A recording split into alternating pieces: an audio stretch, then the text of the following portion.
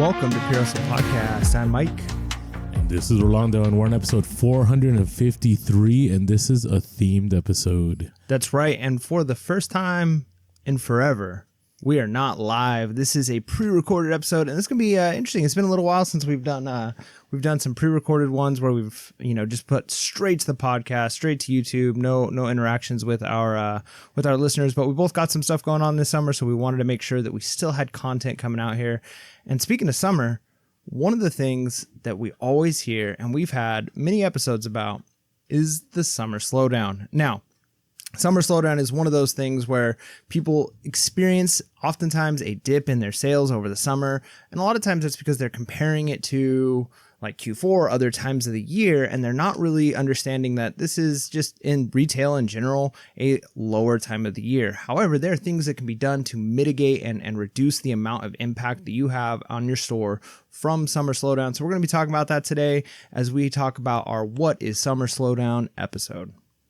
Yeah, and of course, we couldn't be a reselling podcast without talking about summer slowdown, right? Everybody has that one episode, right, every year. And we've gone back and forth, right? I had this whole belief that summer slowdown was a myth, which I still hold on to just a little bit. And then we've had the ones but you always say every year, but my sales are a little slower. Is that real? Okay, I don't know. Well, the interesting thing is that now at part-time, like, I don't know if that's going to look the same, right? This is the first time that I deal with summer part-time. Now, I will be cranking up the reselling a little bit more here. I do have my son's college bill I need to take care of here. Well, he's helping me. Hey, by the way, tip to everyone, if you have like your kids or somebody's like working with you, they have a brand new store, I unless they're willing to like crank out that store and like build it really fast, I strongly recommend like having you be like the mothership, like the store, because I find that when my son sources and lists in my store, things so faster in comparison to his small store. I'm not sure if it's because of the feedback or because of the metrics, but I do find that to be a little bit more successful. So that's just a side note. All right, so Mike, why do things slow down in the summer? Why do people say this? I mean, there's a lot of reasons. I remember, and this is slightly off topic, but it connects with this idea of things changing over the summer. I remember I worked when I was the beginning part of high school. I worked with this like guy who sold food at the school. He was like a vendor contractor, and so I worked for him in order to get free lunches, and he'd pay me a little bit. And he always would say when it got really, really hot, sales plummeted, right? People don't eat as much when it's hot. And I think that same thing kind of goes in a lot of categories, right? There's people go on vacation a lot of times during the summer. Their kids are home, right? And so their kids are home from school. A lot of times people have vacations planned. And with summer vacations, people are spending money a lot of times on travel. They're spending money there. And so they don't spend quite as much money on other things. I think that might be one aspect of it. Another aspect of it is you have Q4, people go crazy. A lot of times people are going into debt for Christmas time and those Q4 sales. And then you come to the beginning of the year, you got tax refunds coming in pretty early on in the year. Going into March and April, people are starting to get that money coming in. So people are spending, maybe they're catching up on what they had to, shell out in Q4. And then the summer hits. And I think by the time the summer hits, a lot of people are just tapped out.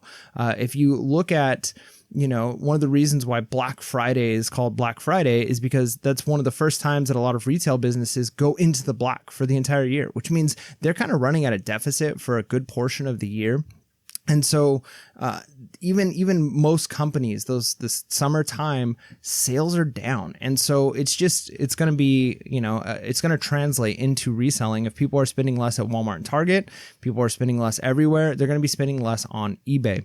And so there is going to be some sort of lower amount of money coming through transactions on eBay or Amazon or wherever you're selling during the summer. But there's things you can do in order to make sure that you are still capitalizing and not necessarily experiencing a huge hit in your bottom line, especially if you are, like you mentioned, being part-time. There's some people who are full-time and it's like, I need to make, $4,327.15 every month in order to pay my bills and in order to, whatever those situations are. So sometimes you need that money and you can't experience a 10 to 20% hit on your store during the summer if you haven't been, storing up that money in Q4 time when it's really rolling in order to get you through that summertime. Now, I will say there's another angle to this too. I think naturally us as resellers slow down ourselves. right? Sometimes people are like, oh, sales are slow, but have you introspectively like looked at why they're slow? Is it because you yourself have stopped listing? Is it because you yourself have stopped sourcing? You have not shipped as much. I mean, I know myself, like summer hits, I tend to go like, oh, you know what? I'd rather go to the beach, right? I'd rather go on a trip with my family. And so things do naturally slow down. So it could be either way. It could be, the retail end where people aren't just buying, people are on vacation, people are traveling, or it could be the other side where it's actually you, right? You're the reason for the summer slowdown. So be very aware of that, because it's very easy to get caught up in this whole like, well, sales are going to be slow anyways.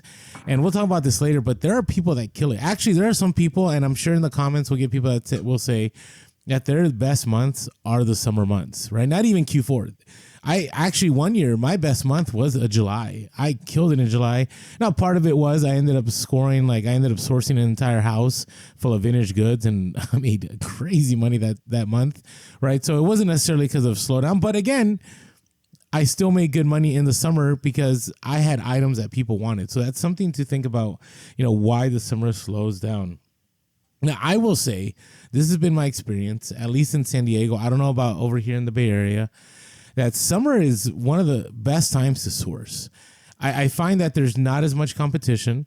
I find that there aren't as many garage sales, or there are not as many opportunities as far as outside of thrift stores, and even like local deals. But I think there's less competition enough that you're able to pick up stuff that, if they had put this out, let's say in the fall or early spring, like stuff would have moved really quick, but now it kind of just sits. And I find that I've had some incredible scores. 2 years ago, I scored like 300 baseball gloves for like $100. Another summer, I had talked about that one house that I had scored. One summer, I scored a bunch of Harley gear, and this was when Harley was, selling really well. And so I find that one of the reasons was because everybody's just busy, going on vacation or spending time with family, doing whatever. But those real resellers, right? Those full-time resellers that realize, hey, you know what? When there's less people out there, there's more opportunity for me, right? They take that opportunity and they make it happen. And I find that it is a good time to source, because think about it, like when it's like middle of July or early August and it's hot, and some people are like, you know what? I'm not going to go out. Like, I'm just going to go to the beach where things are calm and things are better. Like, that's what people end up doing. So I encourage you, like this summer, like to find a way to source during the summer. Maybe just go hard. Maybe some of you like are teachers like Mike, or, administrator like me, that you have a little bit more time. I don't have a lot of time really in the summer, but I remember as a teacher I did. And I would just really crank on things. Like I would, now that I had the opportunity to go from part-time to full-time, I would definitely make it happen. Yeah, that's good. And your sourcing might need to change over the summer. That's one thing you got to consider as well, right? Because, if you're living somewhere that's not San Diego, California, and the weather can be really crazy during the summer, garage sales tend to dip. And so you might need to look at other ways of sourcing, right? It's a fantastic time to do local sales, to do OfferUp, Facebook Marketplace. A lot of people are going on vacations. They're trying to get a little bit of extra money, and so they're selling things on those platforms. Also, thrift stores are still very viable. There's other ways you can be sourcing during the summertime, but you do definitely want to be sourcing. Like Orlando said, competition is going to be low. There might be fewer garage sales and estate sales for sure, but there's also fewer people going out competing against you. And so it can kind of balance itself out. If you're used to having 10 garage sales on a weekend in your local small area and it's down to 2, but the number of people have also reduced by more than 80%, your competition, you still can potentially come out on top on that. So it's definitely a good time to source. Just be prepared to change or adjust how you're sourcing in those situations. I don't know if you can hear that, Orlando. There's some rain and thunder happening here. I've tried to have my mic set up so you can't, but it is possible. It's pretty intense right now. It's nice and sunny out here in the Bay. So actually, no, it's foggy like normal. So nice. All right, here's the other one. Like Q4, right? Q4 is right around the corner. Like you do not want to stop. You do not want to get caught like end of August, early September going, oh man, I gotta get ready for Q4, because people are already buying. I'm telling you, people keep buying earlier and earlier every year for Q4. And I do think we've had a lot of tariff talk, wherever people land on that, whether it's real or not. people will begin to, and I think there is a certain reality to it. I've noticed certain things are more expensive now than they were before, especially when I try to buy stuff on Amazon. But I will say, like, people are going to start looking internally. And so, meaning within the US. And so if you want to, capitalize on that, like, why not spend the time in the summer, right? If things are slowing down, then keep listing. And the money that you can make, you may still make from items that you were like, hey, I'm going to list this now, hoping that it sells in Q4. And it may sell during the summer, right? You may have all these residual sales that you were anticipating later on, and now it's kind of like passive. Like, you went on vacation, you were like, hey, I'm going to list all this stuff. And then you're on vacation and you hear the cha-chings over and over on your phone. And you're like, you know what? I'm glad I put in that work. Maybe you put in that work in June and you check out in July. Maybe you do that middle of July and you check out in August. Whatever the case is, like, I would say don't stop the momentum. And we'll talk about more practical ways to do this later on. But I definitely would say you got to get ready for Q4, because Q4 has always been a success. Ever since Mike and I have recorded the podcast, and even before then, sales have always been great in Q4. eBay's a little different, in the sense it's not like Amazon, but still, like, I would say this last Q4 was fantastic on eBay for me. What are your thoughts on all that, Mike? Yeah, it's really optimal if your store is set up where you treat it more like a business and you're looking at annual income, right? Like, if you're good at budgeting and you know how to handle your money.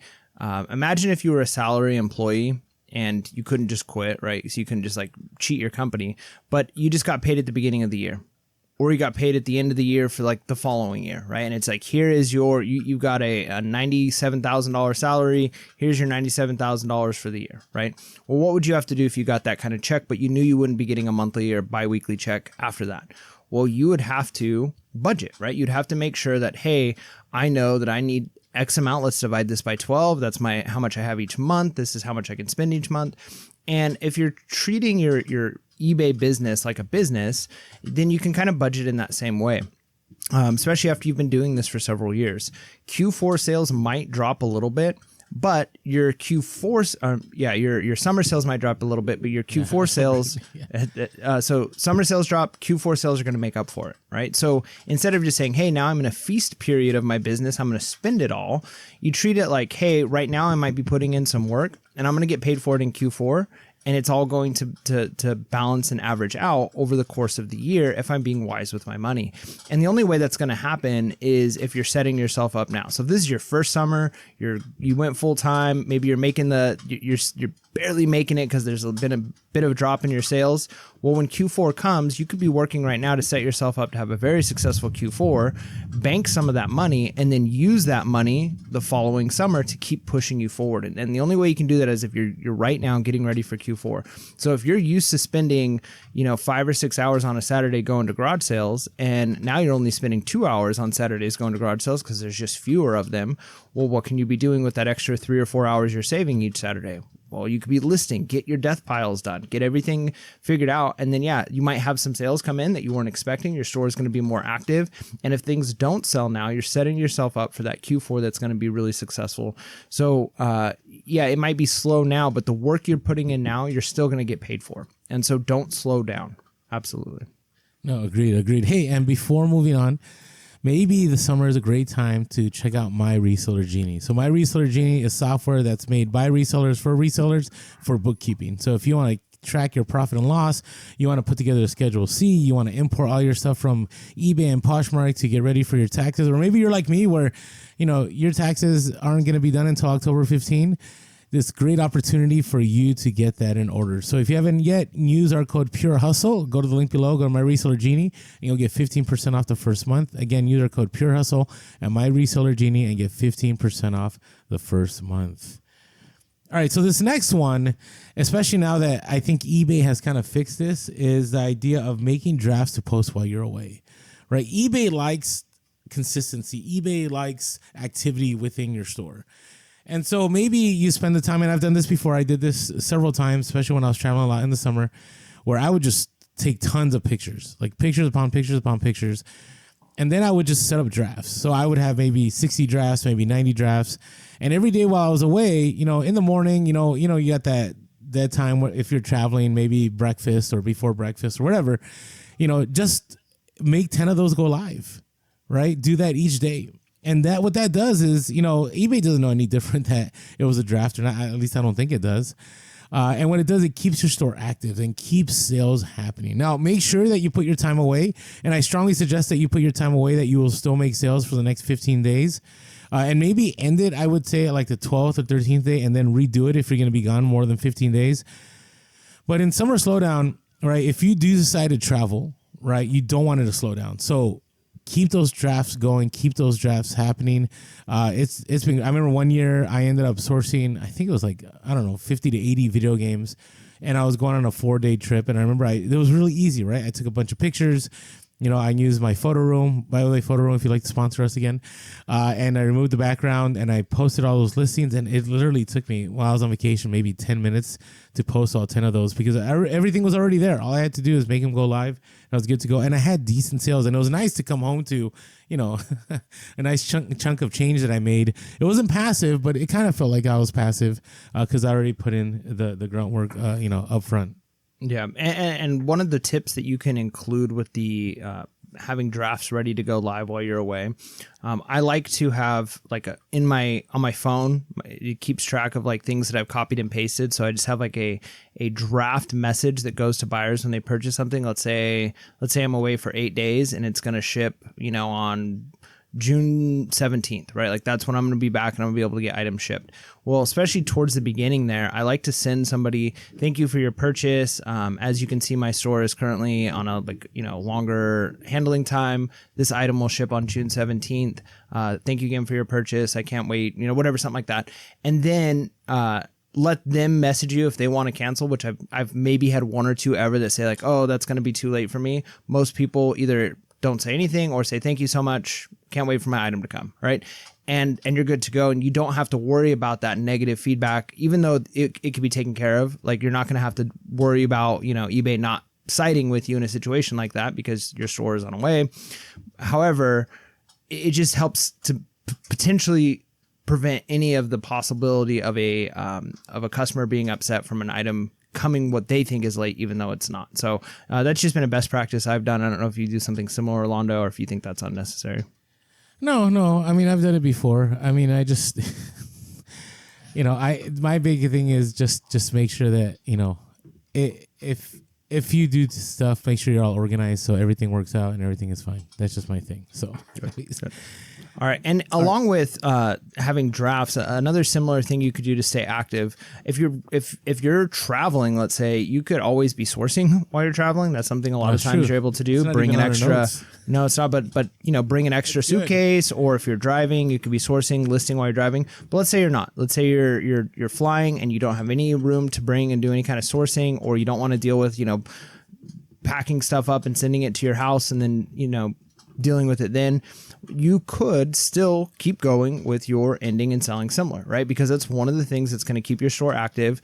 Like Orlando said, especially if you're traveling, you're on an airplane, you're in an airport for a couple hours. It's a great time to go through your listings, end, sell similar, and make sure, like I said on the last podcast, it's really important that you're actually going through and making some kind of change and not just ending and selling similar, whether it's, adjusting the description, whether it's adjusting your pricing, something, because if you have to end and sell similar and an item has been in your store for 6, 7, 8 months and hasn't sold, there's a chance that the research you did 6, 7 months ago is no longer valid, right? Yeah. Maybe the pricing has changed on those items. Maybe there's more competition than there was when you first listed it.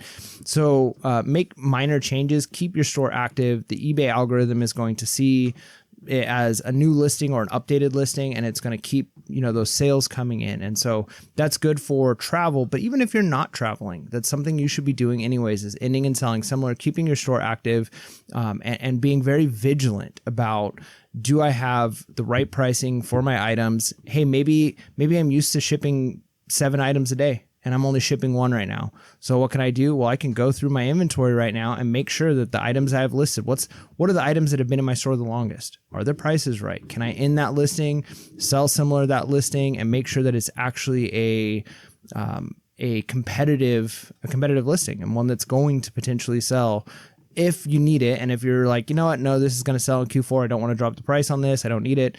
You at least are aware of what's in your inventory, keeping those listings fresh. No, agreed. And again, it's been great for me, especially, even during this whole time when I was moving, like, and then so similar did work, and I think it continues to work. A lot of people doubt it, but to me, some activity is better than no activity, right? So it's best to do something like that to keep things going. My rule is that if you have a bigger store, I would say make sure you have it done for a lot of items, right? Don't go like 5 items, 10 items. I usually run it like 200 items a day when I do my end and sell similar, and I see stuff sell. It's been great. So, all right, hey, it is almost to our halfway point, so it's time for us to talk about those major scores. Are you ready? Play that out there, Mike. Well, I'm ready. Okay. Come on, hustlers. It's the freaking hustle of the week. Yeah, hustle of the week. And really quick, before we get started on this, if you're new to Pure Hustle Podcast, every single week we have, or every other week when we have our themed episodes, we have our hustle of the week section, which is where listeners, whether they're just listeners on the podcast or people who are in our Discord, or people who watch us on YouTube, send us in a hustle of the week. And hustle of the week is not always the biggest, craziest sales. Sometimes they are, but it's just it's what shows that opportunity comes, right? Like if you have the diligence to be outsourcing, to be out, looking and grinding, opportunities are going to show up. And so you are going to potentially find these types of deals. And these are the things that keep us going, right? These are the stories. These are the finds that make us want to keep reselling, because it just goes to show that there's some big sales possible. And our first one, speaking of the Discord, comes from AKA 2KA from the Discord. Says, I've posted about the packing paper I get from a local newspaper for $1 a roll and have been using it myself for a couple of years. Well, I decided to list it on Facebook for $5 a roll to see how it would do locally, and wow, I'm actually blown away. It's been a great side hustle. I get local sales multiple times a week. People usually buy between a couple of rolls up to 20 to 30 rolls. I'm a little concerned and worried that either the newspaper company or someone local will blow up my flip and mention that I'm buying them for $1 and selling them for $5, but that hasn't happened yet, and I'm just going to ride this until the wheels fall off. Man, hopefully we're not blowing this up right now on the podcast here. What are the odds, though? Like, it would mean that somebody from the newspaper company somewhere would be like, hey, who's that person that's been buying those newspaper rolls? Like, that's highly unlikely. Yeah, but if he ends up with some competition in the area, Yeah, but that's I don't know where this person resides. I have no idea. This could be middle of Alaska, right? I have no idea. So it could be Venezuela. We have listeners all the way in Australia. It could be anywhere. Right. So. It could be anywhere. So if you're in Australia and you're picking up, your newspaper rolls, please don't infringe on AKA 2KA's territory. Infringe. Yeah, infringe. It's cringy that I said infringe instead of infringe. Hey, I was going to say encroach. I said encroach and infringe in two different, Infringe. That's a new word. We need that. Pure Hustle Podcast, make a t-shirt. Cringe. The funny thing about those newspaper rolls, I really do miss those. Like, I remember Scavenger Life back in the day, they had suggested those. That's where I found out about them. Well, if you need packing paper to for your items. My dad used to work at a printing press for a local newspaper, and they called them stubs. And so it was like these giant rolls. Like it would take a whole forklift to lift one of these rolls up onto the machine, and then as the machine was running, that roll is getting smaller and smaller and smaller. And then when it got down to where it was only a couple of inches of paper left, which is a ton of paper, but the machine runs so fast, like that machine is going to end up taking that paper within like 30 seconds. So they have to have another one ready, and they splice the two together really fast, cut the stub off, and then they end up just dumping them. And a lot of times those were picked up by whatever the paper company was and recycled. And my dad had that kind of going as a side hustles. He would sell those. Some people would come there was one person that like worked at an antique store, like owned an antique store. Oh yeah. And so he'd come like every couple weeks and buy like 2 or 3 stubs for my dad. And my dad would use the money. I mean, I say it was a side hustle, but it was for the business. It was for like anyways, all the guys would collect that money, and then they get pizza like every couple weeks. So, kind of a cool thing. I know newspaper companies do it. I mean, my dad was an example. He'd sometimes bring those home, and we would like roll them out over our table and use them for like drawing on and stuff. So, definitely a ton of paper. And if you can get that kind of connection, that's a great source. Nice. No, I miss it because, back when I used to live over like in the Alpine area, right? Like the local newspaper there. So it's all over now. It's all over. I got to find my new connection. So, all right. Hey, this is another one from Discord. This is Salad Sauce from Discord. My local thrift Honey Hole has an entire building full of furniture and bigger items that they slowly put out on the floor as space opens up. I have special access to walk through the space every week and saw some Herman Miller tables. Oh, that's a score. I bought 3 of these tables this week for $100 each. They are brand new in the original boxes. Just sold one, and I'm already in the green, $130. Total profit after the 2 others will sell will be $990. Update. Just sold the second one. Still have one left, and I'm already $500 plus in the profit on a $300 investment. Definitely a bolo alert. And Herman Miller, like, if you can get into the furniture, I mean, I wish that we had more time. There's like, I know we're going to mention, I think at a future episode, Flip for More. Like, I've been seeing his Instagram, and he's like been buying like lawn furniture for like, I don't know, $20-$30 and like flipping it for like $300-$400, right? If you are willing to get into certain niches of furniture, right? Whether it be Herman Miller, or whether it be, I don't know, there's some other ones that are out there. There's even some like IKEA that people like. There's like different stuff out there. Like, you can definitely make a killing. Now, you don't necessarily have to ship it, right? Sometimes you can go and you can like consign it, right, at a local like antique store or thrift store, or you can sell it locally. But yeah, there's definitely money to be made with all of those. So nice work there with the Herman Miller. I personally myself have a Herman Miller chair right now that I'm deciding. I do have a couple of friends that do own a thrift shop down in the city that they're like, hey, it'd be okay if you sold that at our place. Obviously I got to give them their cut, but I may do that because it's been sitting on eBay for a long time. Hey, before we move on though, if you're wondering like Discord, like how do I get on this Discord? So we have the Pure Hustle Podcast Patreon. That's patreon.com/Pure Hustle Podcast. And for $5.55 a month, and I know, Mike, didn't we talk about raising the price like before Christmas? We just never did. So we still might here. Don't know, but for $5.55 a month, you can get in now. And what that does is it gives you access to the Discord. And in this Discord, there's all kinds of resellers. I mean, all kinds of info. I mean, I just saw a post about like these are like discontinued Crayola colors to look out for that you can sell for good money. I was like, where else would I get this information, right? And I just think it's great. I love it because there's a lot of advice, a lot of encouragement, and we have Amazon sellers, we have book sellers, we have vintage sellers, we have collectible sellers, we have card sellers. I mean, we have everybody in that Discord. It's super encouraging. I think, knock on wood, we're pretty drama free. I don't think we've had much drama ever, Mike and I. I mean, we have moderators, but we really haven't ever had to implement much moderating in a long time. And there were the early days when Mike and I were still trying to figure out the Discord. Remember those days? We had some crazy stuff go down during those days. But hey, if you'd like to join us, $5.55 a month on patreon.com/Pure Hustle Podcast, or go to the link below. Also, you can find us on all social media. We are Pure Hustle Podcast, except we are Pure Hustle Cast on X. And as always, if you want to shoot us a message on email, that's probably one of the best ways to get a hold of us. Go to purehustlepodcast@gmail.com. That's purehustlepodcast@gmail.com. And as always, grateful for all of you that watch us on the YouTubes. It definitely helps us. We're getting closer to 10K. I really want to get to 10K. I think we're going to start dropping merch. We're going to start dropping more videos.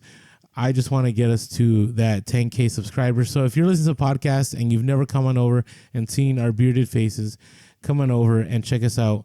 And as always, grateful for all of you that leave reviews on iTunes. It definitely helps us in the algorithm. When people look up reselling podcasts, we are the top reselling podcast out there. We are the most reviewed podcast on reselling, and it's because of everyone here.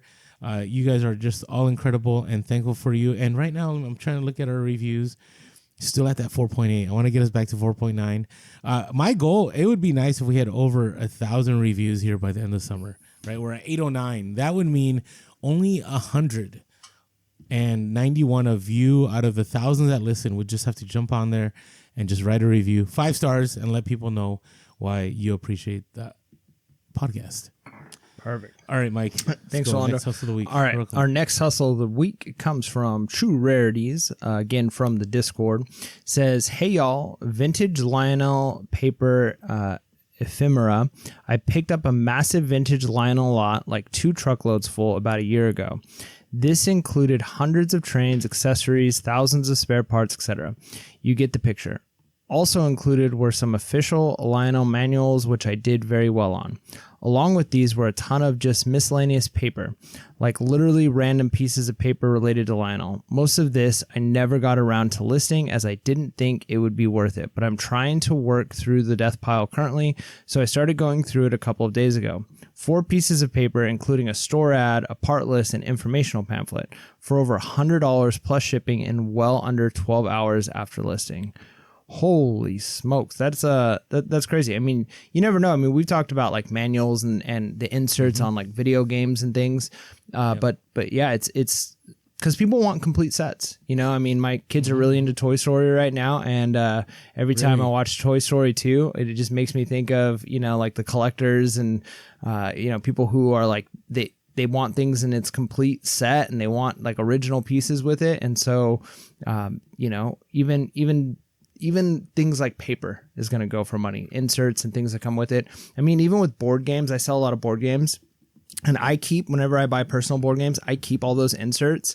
One of the reasons I keep it isn't just for like the resale value, but the box closes better because it was originally packaged to have all that stuff in it. So if we take all that stuff out, then you can have some loose pieces that end up moving around quite a bit. And so I know a lot of people, even when I sell board games, they want to see all those inserts in there because, you know, not just for the collector aspect of it, but even just because, hey, this keeps the box, you know, good. I could just put random paper in, but there's something about like, yeah, it's the original ads and stuff too. So that's kind of cool.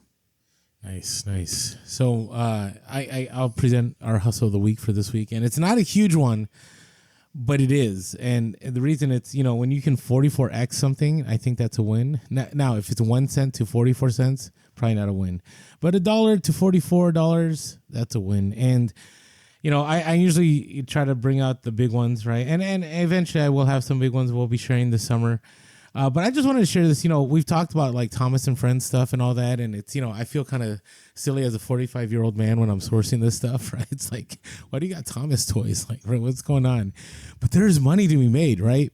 And, you know, no one's going to shade me if I take them out to lunch with the 40-something bucks I made with selling a Thomas tank. Okay. So just gotta be real about it. So I ended up, I went through this phase where I was just picking up Thomas's train stuff like crazy. Like I remember locally I'd drop like $100 and I'd pick up like 100 trains, or I'd go to the thrift and I'd pick up, you know, a bag full of trains for like $5.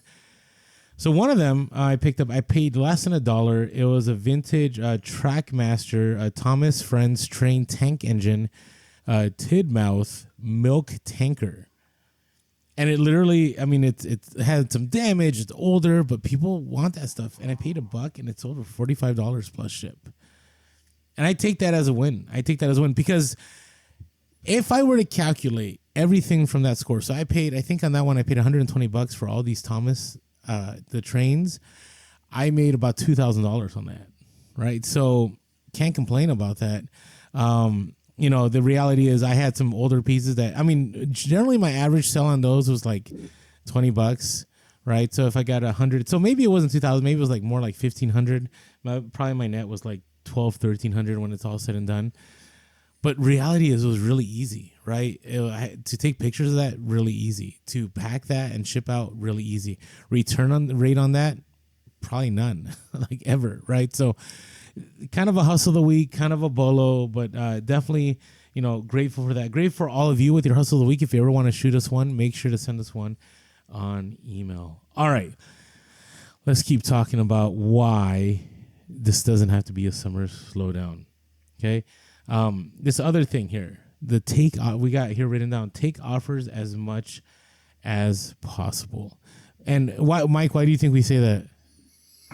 I mean, there's like 2 reasons. The first reason is eBay likes activity, right? And so your sell-through rate is important. And there's times where, you know, you get an offer. Hey, you got something listed for $60. Somebody gave you a $40 offer.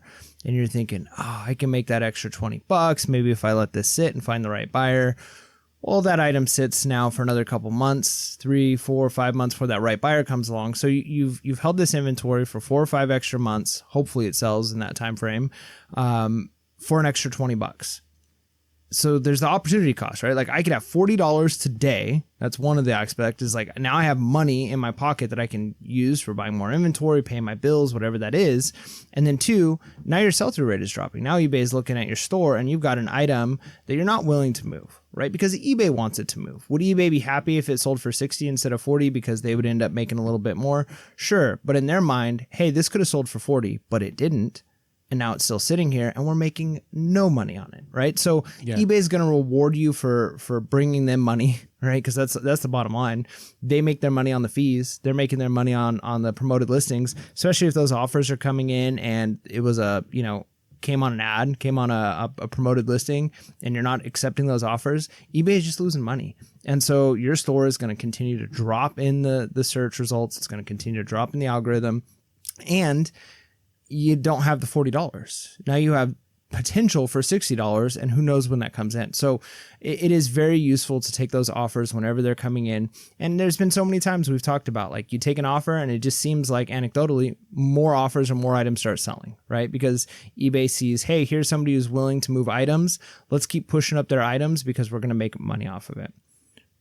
No, agreed. And again, if you have sourced something, right, for a real low cost, right, you have $1 and you have it listed for 50 and somebody offers you somewhere in the $30 range, like, just take it, right? Especially if there is a slowdown, right? If there is a slowdown, right, you want to make sure that you are taking those sales, because if you continually are declining, right, like you said, like eBay likes to make money, eBay likes to make those sales. If you're continually declining, the algorithm's just not going to send you like those offers. Now, it's not the algorithm. It's your items aren't going to go up on the search when people are looking for it. So definitely take those offers, especially if you're away. I would say when I'm on a vacation, I tend to take a lot of offers when I can, because, people having to wait for things, like, you don't know. Like, sometimes people will buy stuff and they don't care because it's unique and you're the only one that has that item. But sometimes they may just go to somebody else and pay an extra few dollars more because, hey, I want to get this item. But if you're willing to take that offer and maybe take a little bit less than they would get from somebody that would offer it to them and send it to them on time, then it's definitely worth doing. So take those offers, make sure to keep things active. You don't want your slowdown to be permanent. You want it to be temporary. And one of the ways to do that is by accepting those offers. Oh, that's great. And let's say you're like, but Mike, Orlando, offers aren't coming in. What do I do? Right, I don't even have offers coming in. Well, that could mean that you've got a lot of stale inventory. And if you've got stale inventory, one of the things you can do is get that inventory moving, right? Get it out of your store as quick as you can, because it's bringing down your sell-through rate. It's stuff that if it's not selling now, I mean, it's maybe a little bit higher chance it'll sell during Q4. But one of the things you can do is just run some auctions. Right? Run some auctions on some items that it's like, hey, like Orlando said, one of the things we do all the time as resellers is buy at a really low price point. I bought all this stuff for $20 total for these, 10 items. I'm going to go ahead and just run them on an auction, run them really cheap, get them out of my store, maybe make a little bit of profit, make my money back. And then also now my store sell-through rate is going up and I'm going to be rewarded for that. So, plus, again, it comes down to that opportunity cost, right? I could maybe I'm only making 50% of what I could have made on these 20 items by running auctions on them.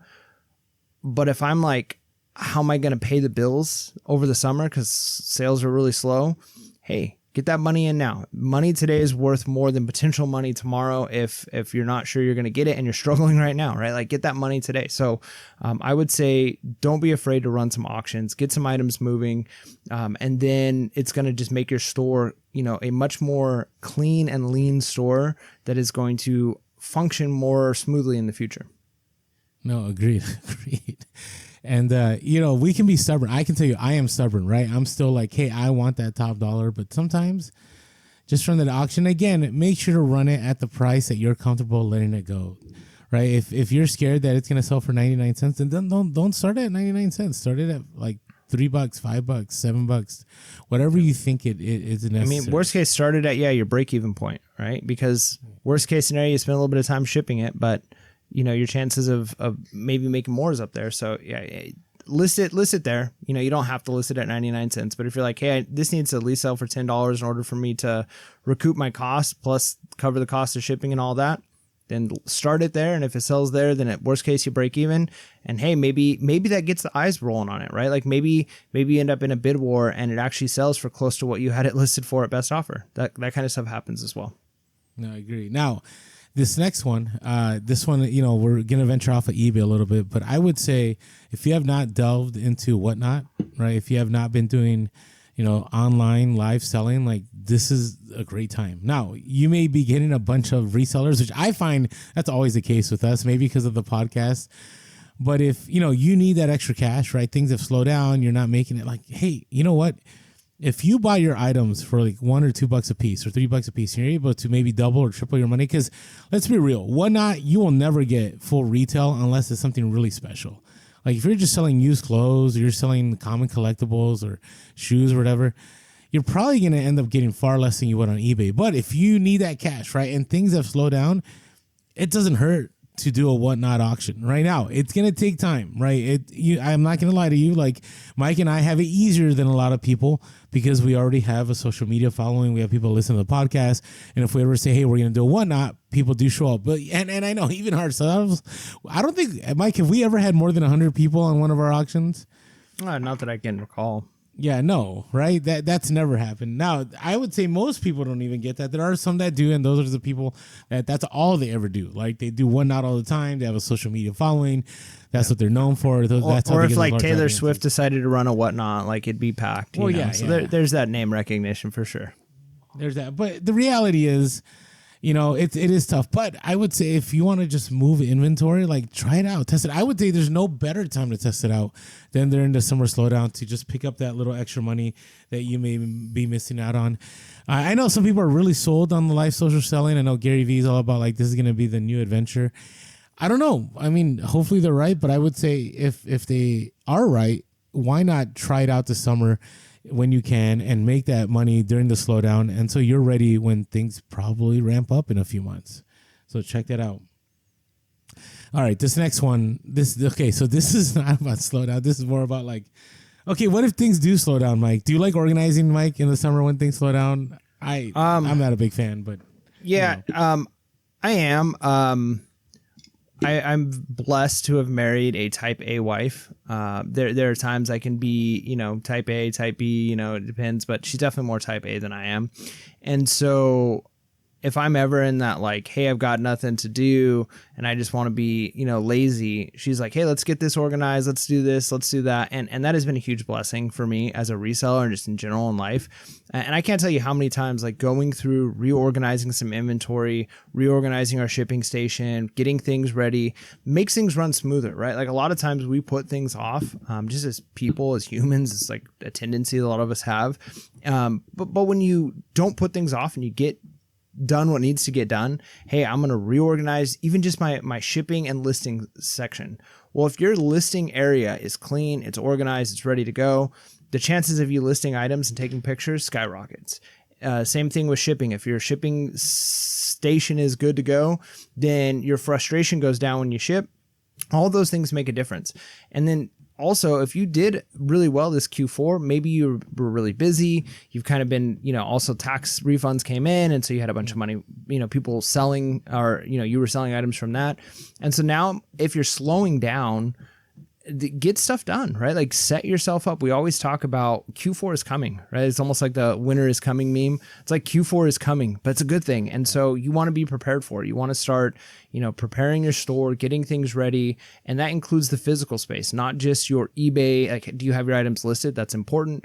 Do you have, high sell-through rate? That's important. Are you accepting offers? That's important.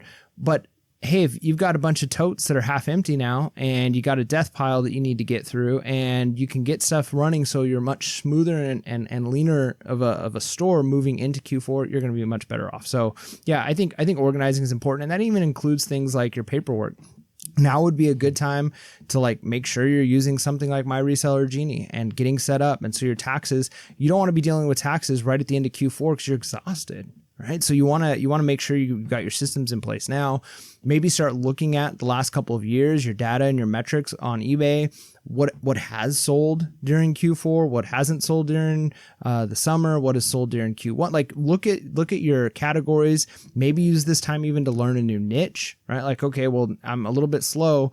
I've always wanted to learn about, vintage t-shirts. And so I'm going to watch bunch of YouTube videos, and I'm going to go and I'm going to be getting my hands on some vintage shirts and start figuring out what's good quality, what's not good quality, what's going to sell. So like now's the time to basically get to move yourself up, right? Because if you can't always force sales, right? The sales are coming or they're not. And if you've done everything you can to get the sales to come, well, then all you can do is continue to improve your store physically and yourself mentally so that you're a better reseller.